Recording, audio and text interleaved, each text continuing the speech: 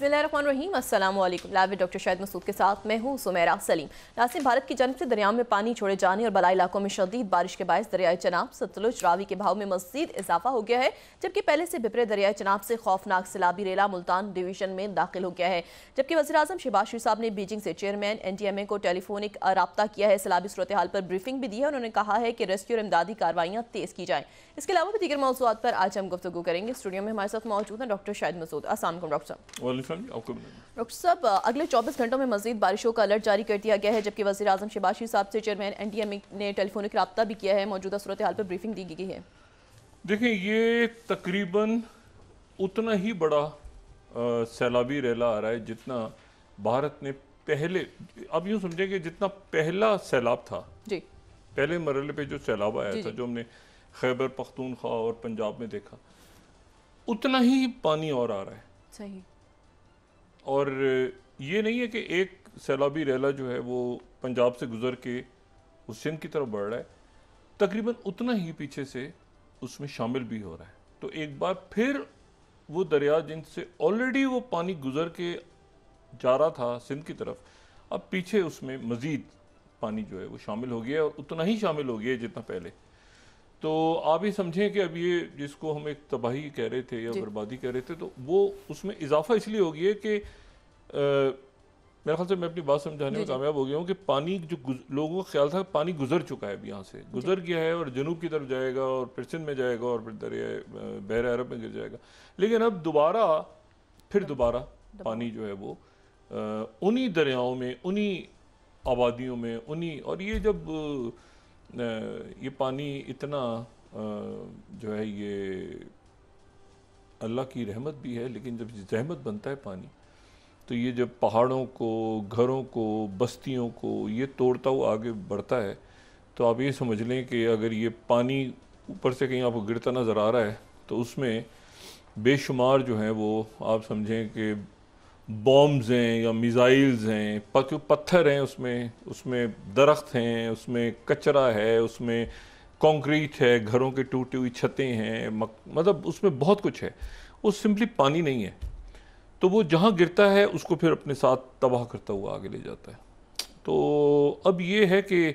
एक जहन में ये चीज़ थी कि ये सैलाब गुज़र के आगे जाके और वो ख़त्म होगा, लेकिन अभी जो है ये आगे तूल पकड़ता हुआ नज़र आ रहा है, और साथ ही इसमें फिर बारिशें भी शामिल हो रही हैं। तो एक कुदरती आफत है, अल्लाह ताला अपना करम करे। लेकिन इसमें दूसरी बात यह है कि फिर वही बात कि मैनमेड क्राइसिस भी है। 36,000 हाउसिंग सोसाइटीज़ हैं पाकिस्तान में, 36,000,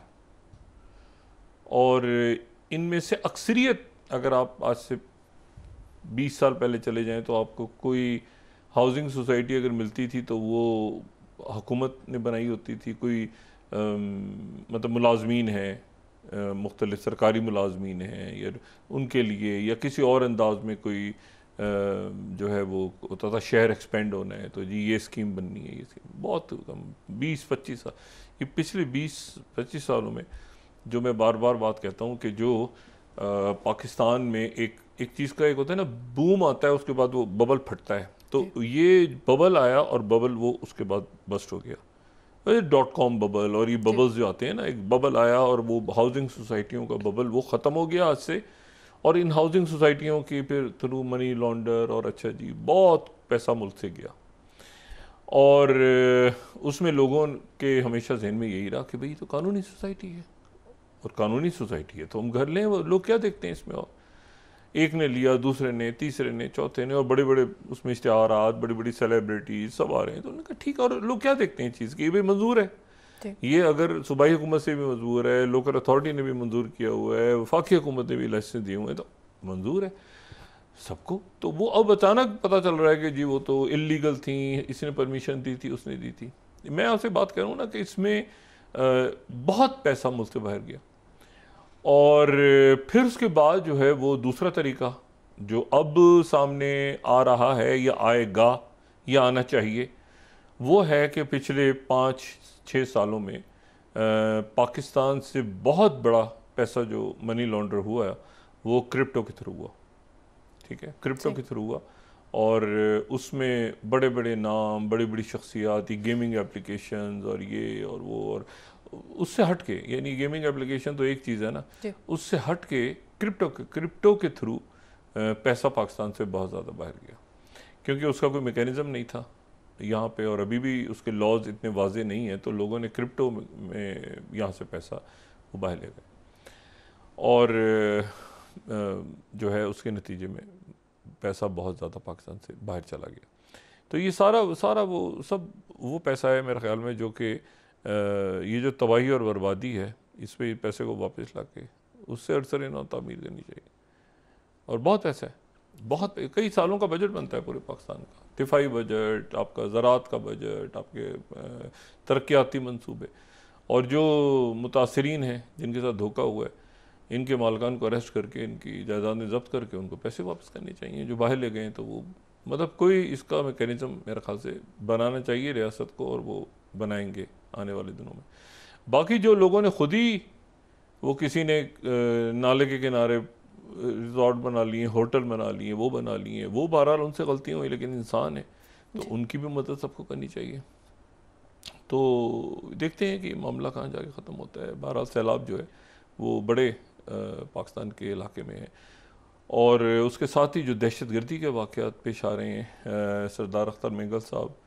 और उनकी जमात पे, और महमूद खान अचकज़ई भी उसमें थे गालिबन, उन पे उनके जलसे में सुबह अटैक हुआ, मतलब सुबह, और उसमें शहादतें हुई। तो अल्लाह ताला मतलब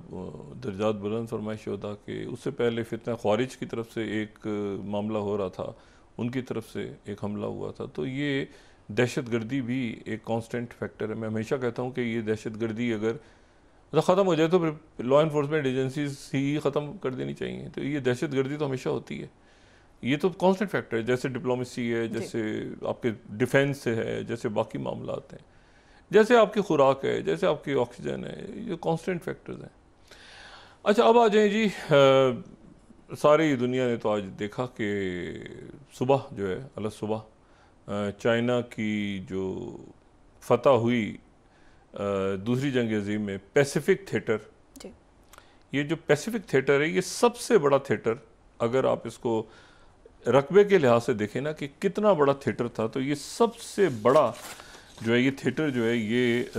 पैसिफिक थिएटर था। और यहाँ पे चाइना जो है उसने फिर शिकस्त दी अपने इत्तेहादियों के साथ मिलके। तो एक तरफ जापानीज़ थे। अब जापानीज़ कितने बड़े थे, अगर आपने उस ज़माने में, ये मैं 9th अगर हम देखें, 9th स्लाइड अगर हम दिखा सकें तो हमें अंदाज़ा हो कि कितना ये जापानीज़ कितने बड़े इलाके पे, ये मैप अगर देखें तो कितना बड़ा जापान है। 1942 में जो जापान है वो 9th अगर हम दिखाएं मैप, तो जो जापानीज़ एम्पायर है वो बहुत बड़ी एम्पायर है, ठीक है ना। और वो जो है वो आपको बहुत बड़े इलाके तक वो फैली हुई नज़र आती है जापानीज़ एम्पायर। अच्छा, उस जापानीज़ एम्पायर को फिर उसके बाद जो एक शिकस्त हुई, ये पूरी रेड सारा जापान है, सही, ये पूरा रेड जापान है। आप ज़रा अंदाज़ा लगाएं ना, ये जापानीज़ यानी पैसिफिक थिएटर में शुरू तो 37 में हुआ ना, ये मंचूरिया में एंटर हो गए, जापानीज़ एम्पायर जो थी वो मंचूरिया में एंटर हो गई, लेकिन जो मेनलैंड चाइना, लेकिन उसके बाद जो है वो बाकी जो पावर्स हैं वो 41 में बरतानिया और इसमें अमेरिका और वो सारे और फ्रांस, क्योंकि वो फ्रेंच इंडो चाइना में घुस गए, ये बर्मा और सियाम, और ये सियाम थाईलैंड है।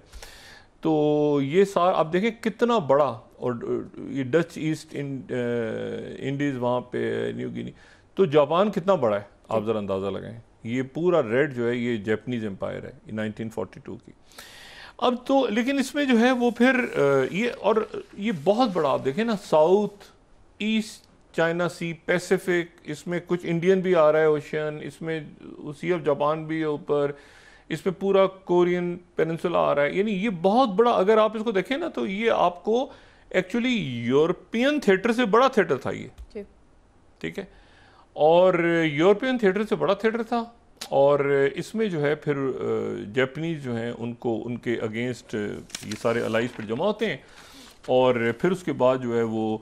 उन्होंने 41 में ये फिर पर्ल हार्बर हुआ, जापानीज़ ने जो है वो पर्ल हार्बर किया वहाँ पे जाके। 42 में जो है वो ये तो जापानीज जा रहे थे ऑस्ट्रेलिया तक,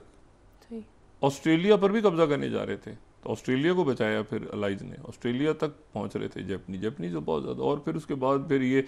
तेहरान में जो पहली कॉन्फ्रेंस हुई है तो उसमें फिर चूँकि मौजूदगी थी उसमें चाइना की भी मौजूदगी थी, तो वहाँ पे तेहरान में ये डिसाइड हुआ कि क्या करना है, पहले इसको तफसीलन डिस्कस कर चुके हैं। और फिर उसके बाद जो है वो याल्टा में फाइनलाइज हुआ, और न्यूक्लियर बॉम्ब्स गिरे तो जापान की शिकस्त हुई है। न्यूक्लियर बॉम्ब्स अगर ना गिरते हिरोशिमा और नागासाकी पे 1945 में तो जापान जीत गया था। ये इस दूसरी जंग अजीम की बड़ी एक खौफनाक बात है कि जापानीज इसमें जीत गए थे। ये अगर यानी उसका क्लोजर न्यूक्लियर से हुआ ना जी, उसका क्लोजर जो है वो न्यूक्लियर से हुआ, तो न्यूक्लियर वेपन इस्तेमाल हुए और उसके नतीजे में जापानीज ने फिर चंद दिनों के बाद सरेंडर कर दिया। लेकिन यह है कि इसमें जो चाइना, ये स्टार्ट चाइना से हुआ था, यानी जब 37 में मंचूरिया पे हुआ तो ये चाइना ने ही स्टार्ट किया था जापानीज़ के साथ, और बड़े रुथलेस जापानीज एम्पायर जो थी बड़ी रुथलेस। और ये आप देखें कि चाइना जो है वो यानी उनके यहाँ एक रेजिस्टेंस तो शुरू हो चुकी थी। ये PLA जो है पीपल्स लिबरेशन आर्मी जिसकी परेड हमने देखी, ये तो 1927 में बन गई थी, 1927 में ये PLA बन गई थी। यानी अगर 49 में चाइना आज़ाद हुआ है, 49 में, तो आप उससे पहले गोइंग बैक, लेकिन PLA की आ चुकी बात हो रही है, तो ये जो है ये तो बहुत पहले बन गई थी। लेकिन इसमें जो इशू है, इसमें जो एक इम्पॉर्टेंट बात है वो ये है कि आज जो परेड हुई, वो परेड जो है वो सारी दुनिया ने देखा। 1 अगस्त 1927 को पीपल्स लिबरेशन आर्मी बनी थी, और एक मुजाहिमती तहरीक थी पहले, फिर 2 हिस्सों में टूट गई। ये KMT वाले अलग हो गए, वो नेशनलिस्ट अलग हो गए, वो फिर बहरहाल जो ताइवान बन गया बाद में, और वो सारे आपस में लड़ाई हुई सारी। लेकिन इसमें इम्पॉर्टेंट बात यह है कि इसकी जो सरबराही है वो जो है वो इसकी स्ट्रक्चरिंग इस तरह से है कि जो सेंट्रल मिलिट्री कमीशन है, सेंट्रल मिलिट्री कमीशन वो इसको हेड करता है, और सेंट्रल मिलिट्री कमीशन जो है वो इसको हेड करता है, और उसके सरबराह जो हैं वो शी जिनपिंग है। सही, यानी जो प्रीमियर शी जिनपिंग हैं वो सेंट्रल मिलिट्री वो फौज के भी सरबराह हैं, यानी पीपल्स लिबरेशन आर्मी के भी सरबराह हैं, और वो जो पोलिट ब्यूरो है कम्युनिस्ट पार्टी का उसको भी वो हेड करते हैं, जिसकी चुनाव होता है मेंबर्स का, परमानेंट मेंबर, पोलिट ब्यूरो के मेंबर्स सारे। और उसमें जो है फिर वो आगे अगर हम अब देखें ये इसमें फिर हमें उनका मिलिट्री कमीशन है, स्टेट काउंसिल एक तरफ है, फिर नेशनल डिफेंस, स्ट्रेटेजिक सपोर्ट, फिर थिएटर्स हैं बहुत सारे उनके, नेवी है, इसमें आर्मी है, इसमें एयरफोर्स है, लेकिन इसमें एक रॉकेट फोर्सेस भी हैं उनकी, ठीक है ना, और इसमें मिसाइल फोर्सेस अलग हैं, साइबर स्पेस अलग है इनकी, और इनकी जो मतलब साइबर स्पेस अलग है, स्पेस एरोस्पेस अलग है, मतलब बहुत सारे, बहुत आप कहने स्ट्रक्चर्ड एक इनका ऐसा है कि जिसको आप जितना देखते जाएं तो उतना ही। और पुलिस भी है, और इनके थिएटर्स हैं, 5 थिएटर्स हैं। ये अगर हम देखें ना 4th, तो इनकी ऑर्गेनाइजेशन में यहाँ से समझ में आती है कि इसमें जो है ये इनके ऑर्गन्स हैं एक तो, और फिर थिएटर्स अगर आप देखें तो eastern, southern, western, northern, central, air force है, फिर रॉकेट फोर्स है, फिर मिसाइल फोर्स है, फिर एयर फोर्स फ्लीट्स हैं, ग्राउंड आर्मी हेडक्वार्टर्स, नेवी, यानी बहुत मुनज़्ज़म। और फिर इसी से एक CCP जो कम्युनिस्ट पार्टी है उसका पोलिट ब्यूरो भी साइड पे, तो वो सारे आपस में पूरा सिस्टम इस तरह से इंटीग्रेशन है कि पॉलिटिकल और जो ये अगर हम 5th देखें इसकी, ठीक है ना, तो ये इसमें हमें army, navy, rocket force, strategic support force, logistic support, बहुत एक फैला हुआ पूरा जो है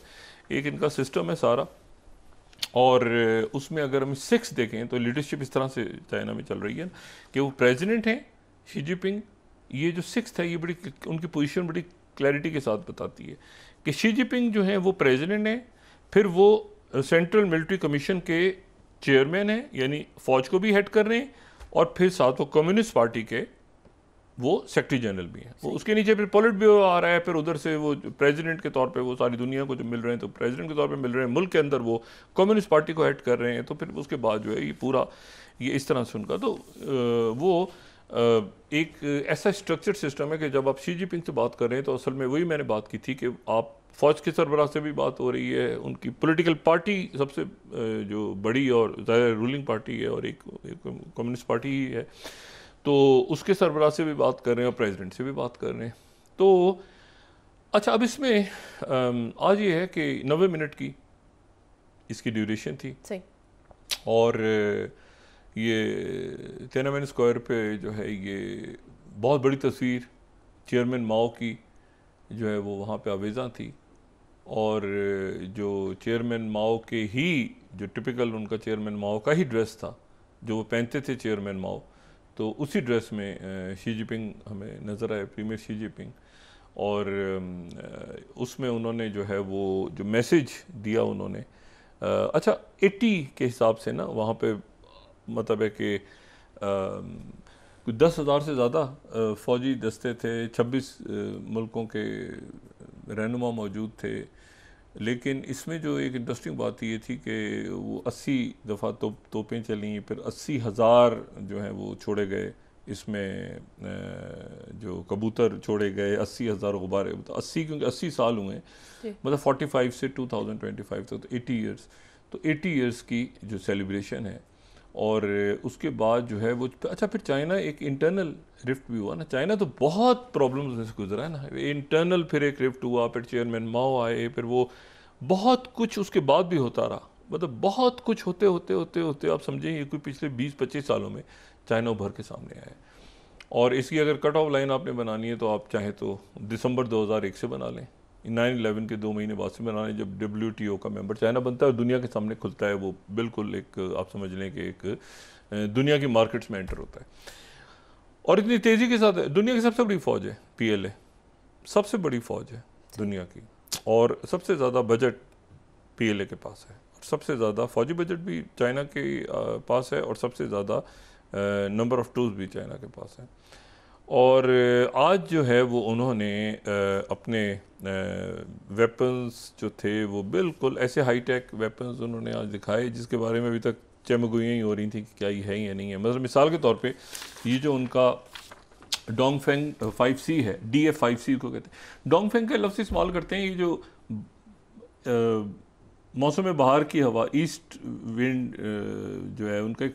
है सिलसिला, तो उससे ये डोंगफेंग, तो ये DF-5C इंटरकॉन्टिनेंटल स्ट्रेटेजिक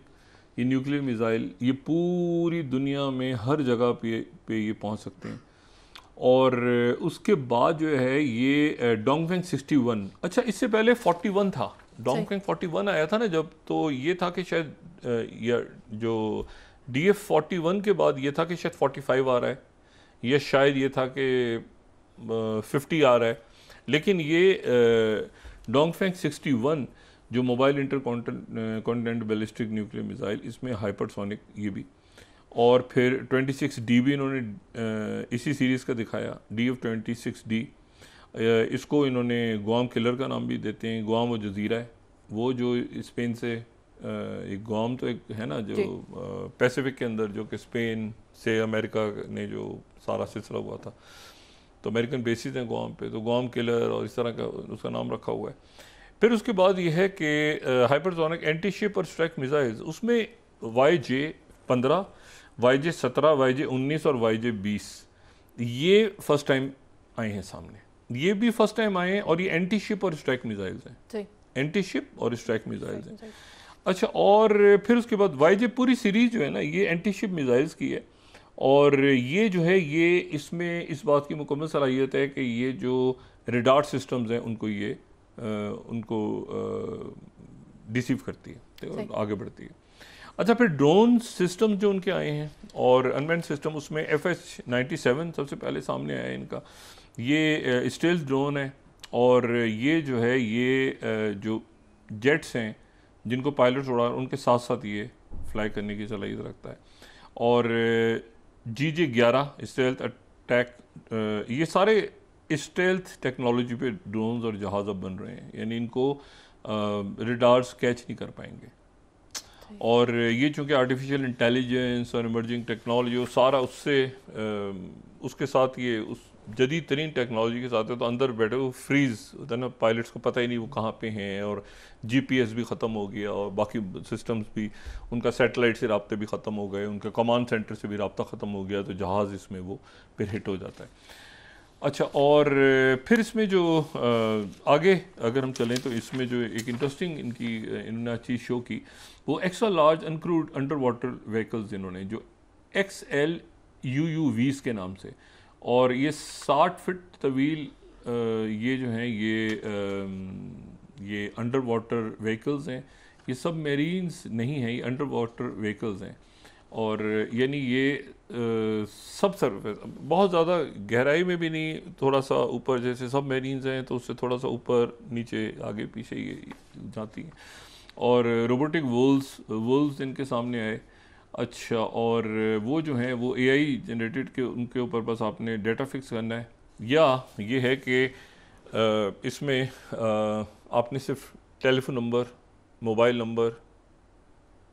दे दिया, ड्रोन को आपने मोबाइल नंबर बता दिया, और वो बंदा जिधर भी है दुनिया में वो हिट हो जाएगा। वो उसको मोबाइल को ट्रेस करेगा, बंदे को ट्रेस नहीं करेगा, मोबाइल को ट्रेस करेगा, मोबाइल टेलीफोन को ट्रेस करते करते करते। ये जो व्हाट्सएप अब आ गया है, व्हाट्सएप का जो नया फीचर है उसमें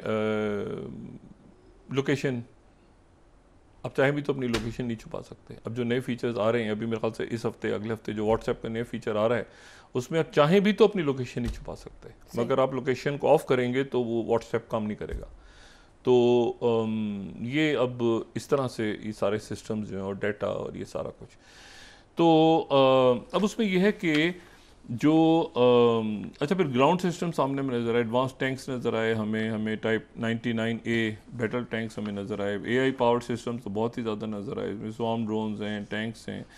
अच्छा, AI पावर्ड टैंक्स भी आ गए हैं अब, ठीक है ना। अब सारी ही मिलिट्री कोऑर्डिनेशन हो गई है सारी, तो उसमें वो कोऑर्डिनेशन और इलेक्ट्रॉनिक वॉरफेयर आ गया सामने। और ये जो है ये इलेक्ट्रॉनिक वॉरफेयर वो है जो कि एनिमी इलेक्ट्रॉनिक्स को डिस्टर्ब कर देता है, और सैटेलाइट्स और सर्वेलेंस के साथ फिर वो अटैच रहता है। तो लेटेस्ट टेक्नोलॉजी जो है वो आज उन्होंने अपनी दिखाई, और कितनी दिखाई अब इसके ऊपर सवाल नहीं है, जितनी भी दिखाई उससे दुनिया हिली हुई है, पूरी हिल गई दुनिया। क्योंकि उसकी वजह ये है कि एक ऐसा मुल्क है ना इस वक्त, चाइना, जहाँ पर ना तेल की कमी है, ना गैस की कमी है, ना उसके इत्तेहादियों की कमी है। अच्छा, प्रीमियर शी जिनपिंग जो है, उनकी जो स्पीच थी, जो तकरीबन 7 मिनट कुछ सेकंड्स में 7 मिनट्स प्लस थी उनकी स्पीच, तो उन्होंने उसमें बड़ी मुनासिब से उन्होंने बात की। लेकिन उसमें जो एक बार बात थी वो ये थी कि मुल्कों, अपनी मुल्क की खुद मुख्तारी के ऊपर उन्होंने बात की, टेरिटोरियल। और ये टेरिटोरियल इंटेग्रिटी की जब बात उन्होंने की तो उसमें ज़ाहिर मैसेज ये ताइवान को था कि ताइवान के हवाले से, और ताइवान में इसको लाइव दिखाया जा रहा था। ताइवान ज़ाहिर है कि परेशान भी है, वो सोच भी रहा है, यानी आप तसव्वुर करें ना कि ताइवान इस वक्त छोटा सा एक जजीरा बन के और बैठा हुआ है, और उसको कोई ओन नहीं करेगा अल्टीमेटली। तो ताइवान की भी शख्सियात यहाँ पे मौजूद थी, ताइवान के भी रहनुमा यहाँ पर आए हुए थे। एक इंटरेस्टिंग बात यह है कि ताइवान की शख्सियात यहाँ पे मौजूद थी, और वो शख्सियात जो हैं उनको यहाँ आने से जो उनकी हुंगशी शू, मैं माजरत अगर गलत, ये ताइवान न्यूज़ में कोट कर रहा हूँ, 19 जो सिक्योरिटी ऑफिसर्स ने मना किया खातून को कि अब ना आए, लेकिन उनकी हुंगशी शू जो हैं वो यहाँ पे आई, और वो इनकी जो है वो साबिक इनकी इम्पोर्टेंट अहदेदार हैं, और वो बड़ी मुनासिब जगह बैठी हुई थी ताइवान से, और उनको बड़ा प्रोटोकॉल दिया गया। और इसी तरह से ऑस्ट्रेलिया के जो उनके डैनियल एंड्रू आए हुए थे ऑस्ट्रेलिया की, वो नुमाइंदगी कर रहे थे, वो विक्टोरिया के स्टेट ऑफ विक्टोरिया के वो प्रीमियर रहे इससे पहले, वो भी मौजूद थे वहाँ पे। तो एल्बनीज़ गवर्नमेंट ने अपने आप को अलग किया, क्योंकि उनकी हर एक की तस्वीर जो है वो नॉर्थ कोरिया के किम जोंग उन के साथ हर जगह वो किम जोंग उन के साथ उनकी तस्वीर आ रही थी। तो ये एक बड़ा मसला हो गया था कि ये अब ये कैसे जो है, और जो प्रेसिडेंट शी जिनपिंग थे वो फिर उसके बाद वो होंग जी उनकी जो गाड़ी है, ख़ास गाड़ी जिसमें वो लिमोजिन जिसमें वो ट्रैवल करते हैं,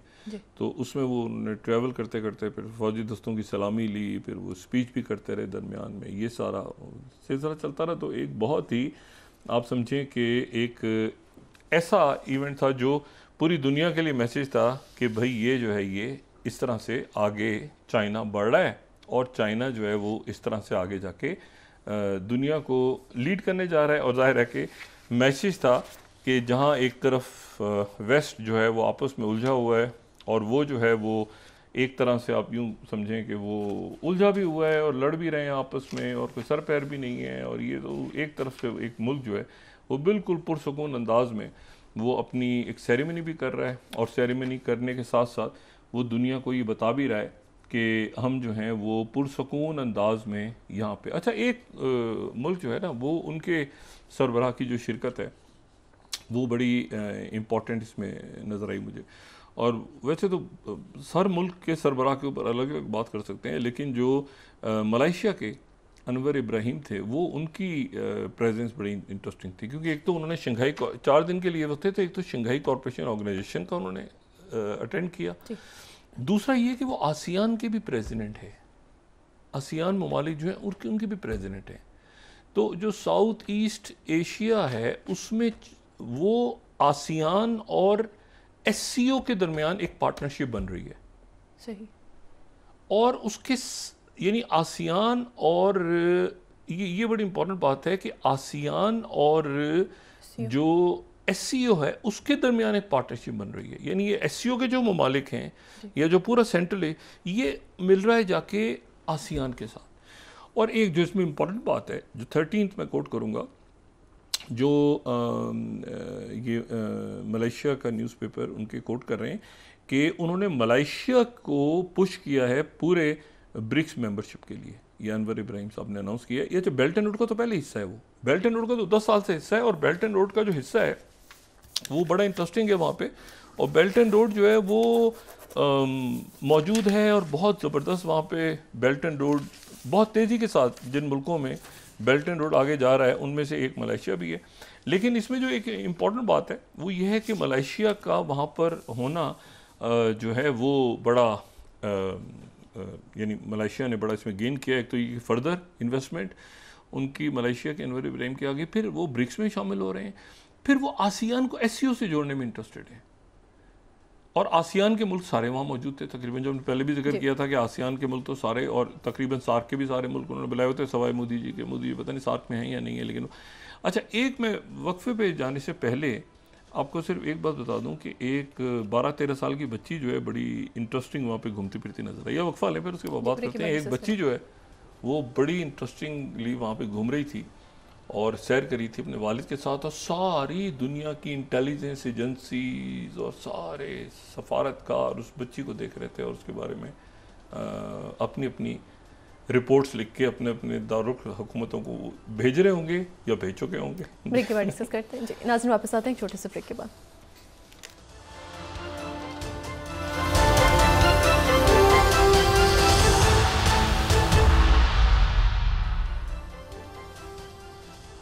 वेलकम बैक नाज़रीन। डॉक्टर वज़ीर-ए-आज़म शहबाज शरीफ साहब ने मुल्क में चीन की तर्ज पर जदीद टेक्नोलॉजी के हामिल अस्पताल और तिब्बी सहूलियात मुतारिफ कराने की हिदायत दी। वो दौरा किया उन्होंने हॉस्पिटल का, और अब देखें फर्दर आगे जो बात चलती है। आसिम मुनीर साहब, ये देखें वहाँ पर फ़ौज के लोग भी मौजूद थे, क्योंकि प्रीमियर शी जो है ये में रखें कि वो PLA के भी सरबराह हैं जी। तो अब वहाँ पे अफवाज के भी सरबराहान मौजूद थे और मुल्कों के सिविलियन लीडर्स भी थे। तो पाकिस्तान की तरफ से जो है वो ज़ाहिर है PLA के साथ एक अलग मामला चल रहे होंगे उनके पोलिट ब्यूरो से, तो वो पोलिट ब्यूरो बिल्कुल अलग है, और वो पोलिट ब्यूरो के उनके जो अरकान हैं वो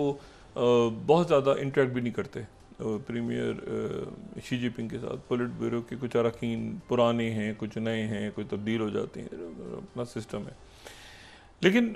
इसमें जो मैं एक बात कर रहा था वो ये है कि एक बच्ची हमें नज़र आई पहली दफ़ा एक आलमी स्टेज के ऊपर जी। और वो जो है वो किम जोई एक 13 साल की 12 साल उसकी एज बता रहे हैं, 13 साल बता रहे हैं। और वो जो बच्ची है वो किम जोन उनकी साहबजादी। अच्छा, ये जो अब जो इंटेलिजेंस सर्विसेज हैं पूरी दुनिया की, वो इस छोटी बच्ची के बारे में वो परेशान हैं, क्योंकि वो परेशान हैं और वो उनको इस बात का यकीन है कि ये छोटी बच्ची जो है आगे साउथ कोरिया की सरबराह है, यानी अगली जो सरबराह मुमलिकत है। अभी तो वैसे किम खुद भी बहुत ज़्यादा उनकी एज 41 ईयर्स है, उनकी 41 है, हेल्दी हैं, मतलब है कि बिल्कुल ठीक ठाक इनकी सेहत है। लेकिन अपनी बेटी को ये पब्लिकली जो है अब ये ग्लोबल स्टेज पे पहली दफ़ा लेकर आए और उसमें जो इनकी जो अहली हैं रीसुल जोई, तो इनके 3 हैं बच्चे। अब अच्छा, ये इतनी सीक्रेटिव ये सारे मामलात हैं कि पूरी दुनिया की इंटेलिजेंस जो है वो कंफ्यूज है कि इनके दूसरे एक के बारे में कहा जाता है, साउथ कोरियन इंटेलिजेंस को भी नहीं पता कि इनके कितने बच्चे हैं। ये जो बच्ची है इसके बारे में कहा जाता है कि इसने सारी एजुकेशन अपनी घर में हासिल की है, ये घर में ही पढ़ी बड़ी है और ये जो है ये सिर्फ 2022 में इसकी पिक्चर्स पहली दफ़ा सामने आई और फिर उसके बाद ये ग्लोबल स्टेज पे अब उसको जो प्रेसिडेंट किम है वो अपनी बेटी को साथ लेकर आए। तो ये अब एक स्पेकुलेशन ये हो रही है और इनकी बेटी जो है उसने ज़्यादा ना किसी से बात करती है, वो ना वो इंटरेक्ट करती है, वो सिर्फ हर एक से वो बस एक तरीके से जो होता है ना, लेकिन इंट्रोड्यूस कर रहे हैं वो साथ। तो ग्लोबल स्टेज पे नॉर्थ कोरिया की जो अगली, अच्छा अब ये अंदाज़ा इसलिए लगा रहे हैं कि जो वो रिस्पेक्टेड डॉटर क्या के, अब जैसे इनको रिस्पेक्टेड कॉमरेड कहते हैं ना, तो वो रिस्पेक्टेड डॉटर का लफ्ज़ क्योंकि इस्तेमाल होता है, तो वो रिस्पेक्टेड डॉटर जो है वो फिर ये कि किम फैमिली ही चल रही है शुरू से। इनके जो ग्रैंडफादर थे वो तो किम इल सुंग, जो कल भी मैंने बात की थी कि जो हेडक्वार्टर जो के तौर पे ग्रीन ट्रेन को इस्तेमाल करते थे कोरियन वॉर में, और फिर किम जोंग इल जो कि जिनका इंतकाल इनके वालिद जो हैं वो, और फिर तीसरे ये किम फैमिली, और चौथी जो है वो बेटी आगे जो है वो, लेकिन वो छोटी है, लेकिन वो जो है वो सिक्रेटिव है। उसके 2 जो बहन भाई हैं उनके बारे में नहीं पता, कुछ कहते हैं 3 बहन भाई हैं, यानी आप अंदाज़ा लगाएं इतना सिक्रेटिव रखा हुआ है नॉर्थ कोरिया का जो सिस्टम है, वो इतना सिक्रेटिव है कि उनको ये पता ही नहीं है इंटेलिजेंस को कि उनके मतलब है कि इसकी बच्ची की एज क्या है, कैसे है। इतने सालों से आप देखेंगे नॉर्थ कोरिया ने अपने आप को कैसे वो अपने गिर्द जो है वो एक खुफिया तरीके से वो सारा सिस्टम रखा हुआ है। उनको ये भी नहीं पता कि बच्ची जो है वो कौन से स्कूल में पढ़ती है, कहाँ गई, कैसे हुई, पता चला घर में ही पढ़ा है उसने। अच्छा जी, भाई छोटा है या बड़ा है, क्या है वो, मतलब है कि बस वो बिल्कुल सीक्रेटिव। तो अब चूँकि वो ग्लोबल स्टेज पे आई तो वो सब की मरकज़ निकाह सारे की बच्ची जो आगे जाके ये फिर नॉर्थ कोरिया को इसने हेड करना है, और अभी फ्रीक्वेंटली नज़र आएगी जो प्रेसिडेंट किम है उनके साथ। अच्छा, अब एक तो चीज़ हो गई, दूसरी ये चीज़ हुई इसमें कि वेस्ट को एक मैसेज गया। इसी दौरान प्रेसिडेंट ट्रंप का एक मैसेज आया दरमियान में, और वो जो सोशल ट्रुथ पे उन्होंने डाला, और उसमें अगर ये फर्स्ट हम देखें मैसेज, तो मैसेज जो था उन्होंने मुबारकबाद दी और उन्होंने कहा best question to answer is whether or not president Xi of China will mention. हमारा भी खून गिरा था इसमें, अमेरिका का तो खून गिरा था बिला, इसमें कोई शक नहीं, अमेरिकन ने इसमें हिस्सा लिया था, और अमेरिकन के वो फ्लाइंग टाइगर्स को तो बुलाते भी हैं हर साल। लेकिन ये ज़रा तंजिया था थोड़ा सा कि support and blood the United States of America give to China in order to help it. मगर और ये बात सही भी है, उन्होंने न्यूक्लियर तो उन्होंने गिराए थे ना आखिर में, वरना तो जंग ही गले पड़ गई थी, सारे दुनिया की गले पड़ गई थी दूसरी जंग अजीम जापान तो। अच्छा, many American died in China's quest for victory. उन्होंने ये कहा कि ये जो आप फतह मना रहे हैं ये हमारा भी इसमें हिस्सा है, बिल्कुल हिस्सा है, इसमें तो कोई शक नहीं। लेकिन आखिर में फिर इन्होंने एक तंज किया उसमें ये इन्होंने कहा कि may president Xi and wonderful people of China have a great and lasting day of celebration. ठीक है, यहाँ तक तो बड़ा मुबारकबाद दी उन्होंने सारा। Please give my warmest regard to Vladimir Putin and Kim Jong Un as you conspire against United States of America. आप सारे मिलके जो साजिश कर रहे हैं, इसका जो आखिरी लाइन है ना, बस इसकी जो यानी थर्ड लाइंस है ना आखिरी, उसमें वो मैसेज है जो तंज है कि आप मिलके, पहले तो मुबारकबाद है, फिर ये आप मिलके जो साजिश कर रहे हैं अमेरिका के खिलाफ, तो उसके ऊपर जो है वो आपको जो है वो मेरे रिगार्ड्स उनको भी पहुंचा दें, प्यूटिन को भी पहुंचा दें, जो आप सब मिलकर। अच्छा, इसके ऊपर जो है क्रेमलिन का रिस्पॉन्स आया, वो जो किम जोंग यून है उन्होंने तो खामोशी इख्तियार की, वो नहीं जवाब देते अमूमन। वो जवाब उन्होंने देना होता है, वो मिसाइल चला देते हैं कि एक इंटर कॉन्टिनेंटल बैलिस्टिक मिसाइल चलाते हैं, वो उधर कहीं जाके जो है वो पैसिफिक के में गिर जाता है। तो वो जो है ना वो लेकिन क्रेमलिन की तरफ से उसका जवाब आया और उन्होंने कहा कि हम ये किसी किस्म की कंस्पिरेसी नहीं कर रहे और कोई आपके खिलाफ साजिश अमेरिका के अगेंस्ट नहीं हो रही और वगैरह वगैरह सारी बातें। इसमें बहुत सारे मुल्क ऐसे हैं जिनके बड़े मुनासिब ताल्लुकात हैं अमेरिका के साथ भी और चाइना के साथ भी। आसियान मुल्क हैं अगर, तो उनकी अमेरिका के साथ बहुत अच्छी उनके लिंक्स हैं। ये नहीं है कि अनवर इब्राहिम जो है अगर वो बेल्ट एंड रोड का हिस्सा है या वो SCO और आसियान को मिला रहे हैं तो वो एंटी अमेरिकन हो गए, ऐसा नहीं है। वो सारे मुल्क जो हैं जो वहाँ मौजूद थे उनमें मेजॉरिटी जो है, खुद प्रेसिडेंट पुतिन और शी जिनपिंग जो है वो उनसे मिलना चाह रहे हैं प्रेसिडेंट ट्रंप। ये वो तकरीब है जिसमें प्रेसिडेंट ट्रंप आना चाह रहे थे, ये वो तकरीब है जिसमें प्रेसिडेंट ट्रंप आना चाह रहे थे, और ये वो तकरीब है जो वो वाशिंगटन में करना चाह रहे थे, जहाँ उनकी आर्मी ठुस हो गई, उनकी फौज जो थकी, कोई इधर जा रहा है, कोई उधर दरख्त पे गिर रहा है, कोई पैर पे चल रहा है किसी का, वो जो एक टूटी भजी सी उनकी एक तकरीब हुई थी वहाँ पे, तो वो असल में चाह रहे थे कि ऐसी तकरीब हो या फिर मुझे यहाँ बुला लिया जाए। अब आप सोचें प्रेसिडेंट ट्रंप अगर खुद प्रेसिडेंट शी जिनपिंग उनको बुला लेते, वो आ जाते, वो तो फ़ौरन आते, और वो फिर, लेकिन फिर ये होता कि नॉर्थ कोरिया के साथ भी वो खड़े हो जाते। वो मिले हैं पहले, नॉर्थ कोरिया से भी मिल चुके हैं, उनके प्रेसिडेंट से, पुतिन से भी मिले हैं अलास्का में, तो उनको थोड़ा सा शायद प्रेसिडेंट ट्रंप को ये है कि मुझे नहीं बुलाया, मतलब उनको बुला लेते हैं ना प्रेसिडेंट शी जिनपिंग, तो मेरा ख्याल से फिर तो एक दुनिया बिल्कुल ही अजब अंदाज में अजब रुख पे चली जाती। लेकिन प्रेसिडेंट शी जिनपिंग जो है उन्होंने अपनी चाइना को, ये पता चला ट्रम्प वहाँ खड़े होकर कह रहे हैं कि हमने भी तो हिस्सा लिया था, हम भी तो थे, ये थे वो थे सारे, तो इस तरह तो सोवियत यूनियन भी था, इस तरह तो बाकी इत्तेहादी भी थे। तो बहरहाल ये है कि वो प्रेसिडेंट ट्रंप ने फिर मुबारकबाद दी और चाइना तो रिकग्नाइज करता है इस बात को। ये तो हिस्ट्री है ना कि अमेरिका ने भी उसमें हिस्सा लिया। फ्लाइंग टाइगर तो पहली बात कर चुके हैं, फिर न्यूक्लियर उन्होंने गिराया, फिर पर्ल हार्बर हुआ, पैसिफिक थिएटर तो बड़ा खूनी थिएटर था, बहुत बहुत यहाँ पे शदीद जंगी हुई, लेकिन चाइना बहरहाल इसमें से एक, और चाइना फिर जिस तरह देखें दूसरी जंग अजीम के खात्मे के बाद भी कई साल लगे ना, चाइना तो उभरा है ना पिछले 20-25 सालों में, और उससे पहले तो एक तरह से मजाक ही उड़ाते थे ना सारी दुनिया चाइना। अब आर्टिफिशियल इंटेलिजेंस टेक्नोलॉजी या जो उनकी मिलिट्री पावर और वो जो फिर उन्होंने जो अपना ग्लोबल इनिशिएटिव पेश किया है पूरी दुनिया के सामने, तो ये सारी बात, इसमें मैं सिर्फ एक बात ये देख रहा था कि जो कुछ चीज़ें ऐसी हैं जो शायद नहीं करनी चाहिए थी, लेकिन बाज़ वो होता है ना कि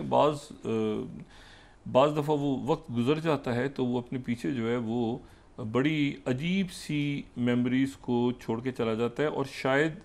वो बाद में फिर एहसास होता है कि यार इस वक्त ये नहीं करना चाहिए था। मैं इसके लिए देख रहा था, तो मैं आज भी देख रहा था कि जो प्रेसिडेंट ट्रंप को खुश करने के लिए, ये मैं 38 दिखा रहा हूँ Indian Express, prime minister Modi to skip Russia's victory day parade. इल्ज़ाम आखिर में इन पे वही लगा है, ठीक है, और इन्होंने कहा कि मैं राजनाथ सिंह जो हैं उनको भेज रहा हूँ मॉस्को, और फिर उसके बाद जो है इन्होंने ये 38 इंडियन एक्सप्रेस, यानी आप देखिए उन्होंने बुलाया था गालिबन पुतिन ने इनको। अच्छा, उसके बाद इन्होंने कहा कि मेरा जाना मुनासिब नहीं, अमेरिका बहुत नाराज़ हो जाएगा। फिर उसके बाद 39 आप देखें, prime minister Modi to skip Russia's invitation not to visit Moscow for May 9 celebrations. और उसके बाद फिर अगर हम 37 देखें, ये यूक्रेन के जो न्यूज़पेपर्स हैं 36 और 37 हम देखें, तो इंडियाज़ 36 देखें, India's Modi declines Putin invitation to Moscow victory day parade. Ukraine बड़ा खुश हो रहा है इस बात पे, और ये मैसेज ज़ाहिर है अमेरिका को कन्वे कर रहे थे। New voice of Ukraine 37, India's defence minister उन्होंने भी कैंसिल कर दिया जो है वो राजनाथ सिंह ने May 9 Moscow parade trip following Modi's lead. लेकिन आखिर में आप देखें क्या हुआ, आखिर में देखें बात ये होती है सारी कि ये आपको बड़े तरीके से इन्हें आपने ट्रम्प को खुश करना है। ये टैरिफ्स की बात शुरू हो चुकी हुई थी उस वक्त तक, मई तक, और आपने खुश करना है उनको। और इसी दौरान जो है ये वही दिन है वैसे इत्तेफाक से जब ये यहाँ पे ये मार्का हक और ये सारा जो पाकिस्तान और भारत के दरमियान जो जंग छिड़ी हुई है तो वही। लेकिन बहरहाल इन्होंने उससे पहले ही मई के पहले हफ्ते में ही इन्होंने कह दिया था कि नहीं, तो क्या उस वक्त से जहन बना रहे थे कि जंग करनी है हमने, और ये वहाँ अगर चले जाते और ये पीछे यहाँ ये, और आप देखें कि उसमें शी जिनपिंग भी थे, पुतिन के साथ सारे थे वहाँ पर मौजूद थे जब ये जंग पीछे छिड़ी, और उसमें चाइना और अज़रबैजान और पाकिस्तान और तुर्की और सारा मिलके जो इंडिया के साथ हुआ वो फिर हिस्ट्री है। लेकिन सवाल ये कि क्या इसके नतीजे में प्रेसिडेंट ट्रंप खुश हो गए? क्या प्रेसिडेंट ट्रंप को खुश करने के लिए आपने पुतिन की परेड में नहीं गए आप, या ये कि पाकिस्तान पे आपने अटैक करना था इसलिए आप नहीं गए? मतलब क्या उसका कोई रीज़न नहीं हुआ? फिर राजनाथ सिंह भी नहीं गए और इसलिए कि वो यूक्रेन खुश हो रहा है और प्रेसिडेंट ट्रंप खुश हो जाएंगे, ऐसा नहीं हुआ। ऐसा होता भी नहीं है। जो मैंने कल भी कहा था ना कि नीचर आप इस तरह से ग्रैंड स्ट्रेटजी अपनी तैयार ना करें। यानी आखिर में जाके आप ये कह रहे हैं, उस जंग के दौरान आप देखें कि इतनी आइसोलेशन हो गई थी, वो कह रहे थे कि हमारे सिर्फ इत्तेहादी जो हैं वो टीटीपी और ये BLA और ये हो जाएगा और वो जाएगा और ये, तो और दोनों वो जो हैं वो टेररिस्ट ऑर्गेनाइजेशन में डाल दिया गया। तो अब ये है कि 200% वो कह रहे हैं कि फार्मा के ऊपर हमने टैरिफ लगानी है प्रेसिडेंट ट्रंप ने, और दोबारा प्रेसिडेंट ट्रंप ने कहा कि मैं किसी सूरत जो है वो इंडिया के ऊपर से टैरिफ्स कम करने के लिए तैयार नहीं हूँ। फिर दोबारा कहा उन्होंने 24 घंटों में, लेकिन वो इतनी दफ़ा रिपीटेडली। फॉरेन पॉलिसी का एक आर्टिकल आज बड़ा इंटरेस्टिंग है, अभी परेड के बाद उन्होंने अभी थोड़ी देर पहले आया है, 28 China's military is now leading. अच्छा, और वाशिंगटन पोस्ट का ऑपेड है, thanks to Trump China claims mentor of the post world war order. अच्छा, और टाइम मैगजीन ने फिर एक बात लिखी है, उन्होंने कहा देखें टाइम मैगजीन ने बड़ी रूथलेस बात लिखी, उन्होंने कहा आप जो मर्जी ऑप्टिक्स दिखा दें लेकिन Modi can not afford to cut ties with Trump 30th। Afford नहीं कर सकते आप, आपने जाना इधर ही, ट्रम्प के पास ही आना है। हमारी भी कैलकुलेशन ये जो है ना, ये मतलब आपके सामने एक ही रास्ता है कि आपने ट्रम्प की बात अल्टीमेटली माननी है। अब ये कि 200% टैरिफ आ रहा है इशू, और उसमें जो है वो कह रहे हैं कि मैंने किसी तरह से इनका कम नहीं करना, किसी भी तरह से इनके जो है वो टैरिफ्स कम नहीं करने। वो गज़ा फंसा हुआ है, गज़ा में उनकी फ़ौज आज रात को दाखिल होती है, कल रात को दाखिल होती है, कैसे दाखिल होती है, क्या होती है। UAE ने कहा है कि ये जो अगर आप ये वेस्ट बैंक की तरफ बढ़े तो ये रेड लाइन क्रॉस हो जाएगी और अब्राहम एकॉर्ड ख़त्म हो जाएगा। UAE की तरफ से कहा गया है कि अब्राहम एकॉर्ड्स ख़त्म हो जाएंगे। और ये जो एक बात है ये इसने ज़ाहिर है मतलब है कि वो उन्होंने कहा पूरी की पूरी जो पूरा का पूरा जो रीजनल कैलकुलस है वो, ये मैं 22 कोट कर रहा हूँ अल अरेबिया सऊदी अरब का, UAE warns Israel annexing West Bank is the red line threatens Abraham Accords। ठीक है ना, तो Abraham Accord ख़त्म हो जाएगा। और उधर जो है वो सीरिया ने जो, तो वो उधर वो दाखिल होना है नहीं होना, वो मुखालफत अंदर बहुत ज़्यादा हो रही है। और उसमें जो है वो जो अगेंस्ट लोग आज खड़े हैं इस वक्त, उसमें लेफ्टिनेंट जनरल इयाल ज़मीर कह रहे हैं कि फ़ौज के सरबराह कि मेरे पास तो टैंक्स ही नहीं है। मतलब वो बड़ी अजीब सी आज उनकी बात थी, उन्होंने कहा मुझे फ़ंड ज़्यादा दिए जाएँ, मेरे पास तो टैंक्स नहीं है। ये 26 कोट कर रहा हूँ, IDF faces shortage of armed parts, unfit bulldozers, और ये तो है ही नहीं, चीज़ें ही नहीं, सामान नहीं, मुझे पहले पैसे दें। और उसके बाद जो है वो मोसाद के डेविड बार्निया, मैं पहले भी बात कर चुका हूँ, नेशनल सिक्योरिटी एडवाइज़र जो हैं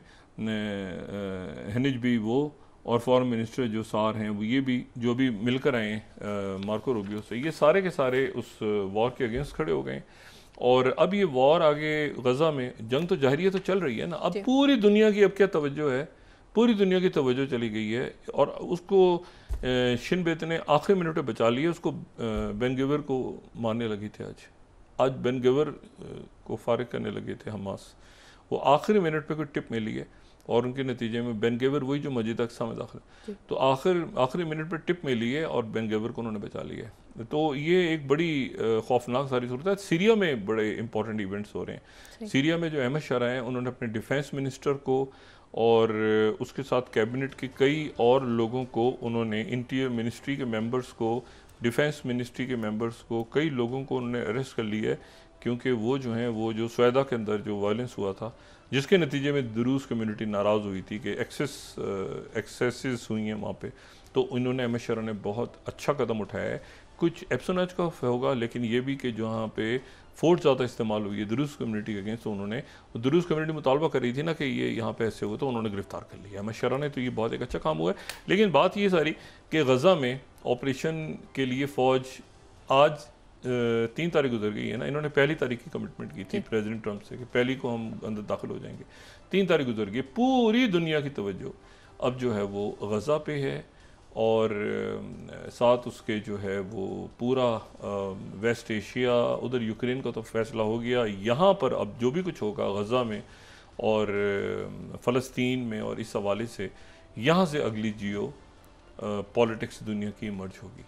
यानी सारा क्लोजर होके अब देखें आपके सामने एक चीज़ अपनी जगह पे आकर रुक गई है, और वो है गज़ा का कत्लेआम। तो गज़ा के कत्लेआम पे अब क्या इशू है? अब कल के बाद तो अब गज़ा ही है ना, उधर वो परेड भी हो गई, उधर ये भी हो गया, उधर यूक्रेन का भी तय हो गया, अलास्का भी हो गई, तो अब क्या है? अब ये कि गज़ा का कत्लेआम कैसे बंद होता है? तो अब देखें अगले 24-48 घंटों में क्या खबरें आती हैं। जी, बहुत शुक्रिया डॉक्टर साहब। नाज़रीन, इसके साथ ही आज का प्रोग्राम अपने इख्तिताम को पहुँचा। मुझे उसमें रस्लिम को इजाज़त दीजिए। अल्लाह ने के बाद। जी डॉक्टर साहब, इस दुआ के साथ कि अगले चंद घंटों में पाकिस्तान से में जो आफात आई हुई हैं कुदरती, और बढ़ता जा रहा है, पानी बढ़ता जा रहा है, मुख्तलिफ देहातों को डूबता जा रहा है, लोग उसमें बढ़ते जा रहे हैं, ये इन तबाहियों से मुल्क निकले, ख़ित्ते से, दुनिया से, गज़ा से ख़ास तौर पे अच्छी खबरें हैं। अपना दोस्तों, रिश्तेदारों, गिरदो नवाह के लोगों का सब ख्याल रखिएगा। अल्लाह हाफ़िज़।